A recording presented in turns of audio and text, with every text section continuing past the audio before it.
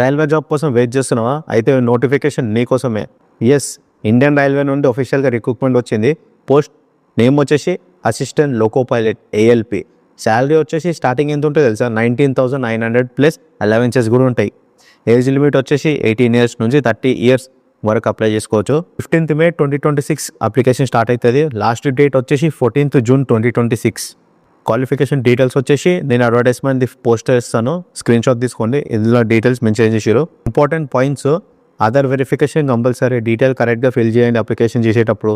10th class certificate details match అవ్వాలా. మీ 10th certificate ఎట్లుంటుందో మీ Aadhaar card కూడా అట్లనే ఉండేటట్టు సెట్ చేసుకోండి. ఎందుకంటే 10th సర్టిఫికేట్ ఎట్లుంటుందో దాన్ని బేస్ చేసుకొని ఇంటర్లో అదే పేరు వస్తుంది, డిగ్రీలో కూడా అదే అట్లనే ఉంటుంది ఫార్మాట్.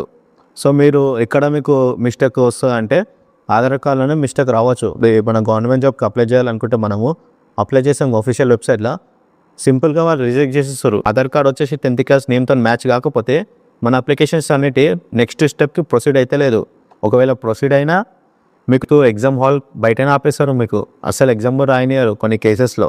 ఎందుకంటే ఆధార్ కార్డులో ఒక పేరు ఉంది, దీనిపైన ఒక పేరు ఉంది అని చెప్పి అదొక రీజన్గా చూపించి మీకు రిజెక్ట్ చేసేస్తారు. సో మీరు ఏం చేయాలంటే అప్డేట్ చేసుకొని, ఇంకా మనకి అప్లికేషన్కి టైం ఉంది కాబట్టి ఆధార్ కార్డు ఏమైనా మిస్టేక్స్ ఉంటే మీ 10th క్లాస్ ఎట్లుందో మీ ఆధార్ కార్డు కూడా అట్లనే ఉండాలి. అదొకటి సింపుల్. ఇది షార్ట్ నోటీస్ మాత్రమే. దీనికి సంబంధించిన ఫుల్ డీటెయిల్స్ ఆఫీషియల్ వెబ్సైట్లో చెక్ చేస్తూ ఉండండి.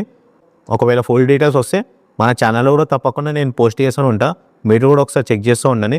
టోటల్ పోస్టులు వచ్చేసి 11,000 పోస్టులు ఉన్నాయి అక్రాస్ ఇండియాలో. 11,000 పోస్టులు అంటే భారీ రిక్రూట్మెంటే ఇది. So don't miss it. మరిన్ని రైల్వే జాబ్ కోసం మన అకౌంట్కి ఫాలో అయిపోండి. మిడిల్ మ్యాన్ ఏజెంట్స్ చాలామంది ఉంటారు, రైల్వే జాబ్ ఇప్పిస్తామని చెప్పి డబ్బులు తీసుకుంటారు. అట్లాంటి వాళ్ళకి దూరం, అట్లాంటి వాళ్ళని ఎంకరేజ్ చేయకండి. వాళ్ళు మిడిల్లో వచ్చిన వాళ్ళు మిడిల్లోకైనా వెళ్ళిపోతారు. మీ వర్క్ అయితే 100% కాదు.